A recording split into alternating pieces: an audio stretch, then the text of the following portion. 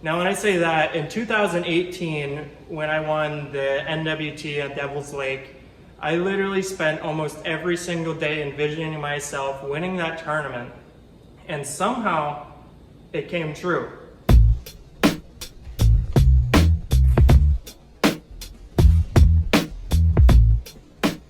Hey guys, Dylan Nussbaum here. I want to go over a few tips to make you guys a better tournament angler, whether you want to get started in the tournament world or you've been in it for a little while now. So getting started with tip number one, and I think this is probably one of the most important tips, is tackle preparation and just preparation before the tournament. Now when I say that, I don't mean hopping up in the boat the night before the tournament, getting your rods ready and throwing some stuff in there to go for the next day. This is a process that takes a month or two in advance, even longer if you have the time. And what I mean by that is I'm going to be getting up in the boat, going over maps, even going over like aerial views of the lake, and just studying the lake, trying to figure out the season migration of the fish that time of year. Are the fish going to be, are they supposed to be deep or are they supposed to be shallow? There's a lot that goes into it. And then when it does come time to the tournament, I'm going to be actually getting up in the boat the day before the tournament, and that's when I'll start getting rods rigged, respooling lines, getting lures ready, sharp, making sure everything's in line, because that is a huge part of the tournament day when you get out there. You can't have line breaking, you can't have lures that aren't sharp. So there is a lot of work that goes into it, but it is probably one of the most important rules out there. Tournament fishing tip number two would be to put in the work. Now when I say that, I mean when I'm fishing on the NWT, I usually go out a week in advance to pre-fish and figure out what the fish are doing. Now, when I'm out there, I'm also going out in the water. I'm waking up at 6 in the morning usually, and I won't get off the water till 6 or 7 at night. And even if you do find what you think is the winning bite, I'll actually just kind of put that behind me and go out and try to find another winning bite or another good bite or a backup bite.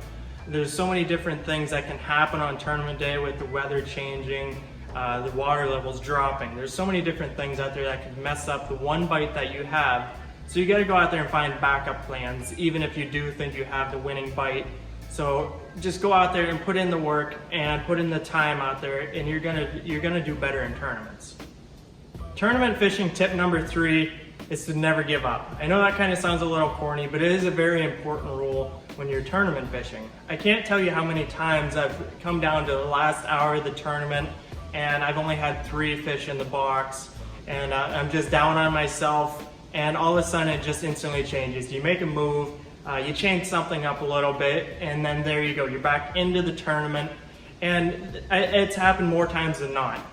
So that is just a big rule to follow when you're out on the water. Even if it's the last 10 minutes of the tournament, don't give up. Just keep trying new things, and I can guarantee you, it's gonna happen more times than not that you're gonna catch that fish and you're gonna be in the game. Tournament fishing tip number 4 is to believe in yourself. Believe that you can win every tournament that you go to. If you don't believe that you can win a tournament, it's not worth showing up.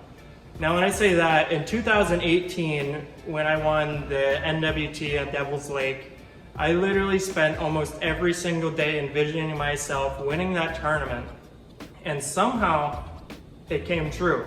And now I've heard that so many times from other tournament anglers who are up in the MLF, the big bass tournaments, and they say envision yourself winning that tournament before the tournament happens, a year into advance, a month into advance. Envision yourself winning that tournament, holding that trophy up, and I can assure you it is so true. Because literally every day I would think of it, and I would think of holding that trophy, and then it became a reality in 2018. And it's just one tip that you guys got to follow every tournament you go to. You have to believe in yourself. You have to believe that you can win every tournament, and you have to believe that you're better than all the other guys. Tournament fishing tip number 5 would be for breaking down new bodies of water. Now when you go to a new body of water, especially if it's a very big body of water, it can be a little intimidating. Now what I'm going to do is I'm actually going to get up in my boat and start doing my homework before I even get to the water. Like I said in tip number 1, you're going to get up on your graph and you're going to start breaking it down, start putting marks down on stuff that looks good, that you want to fish. Now when you actually get to the body of water, that's when I'm actually going to start making a game plan for every single day that I'm there. Now, if I want to break down one bay, I'm going to fish that one bay for that whole day, unless if you get there and you don't find anything. That's when I'm going to start moving out. But you want to set a game plan for you every single day on the water. If you're breaking down, say, 10 miles of shoreline, make that your goal for the day, but don't spread yourself too thin. When you start hitting one spot and then moving 10 miles away and hitting another spot, that's when you're not covering water very good. You need to cover it efficiently, especially if you're on a new body of water.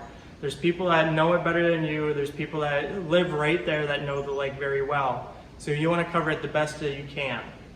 Now that's the 5 fishing tips I got for you. I hope they help you out. And just remember, never give up in a tournament. And I guarantee you these tips are going to help you become a better tournament angler.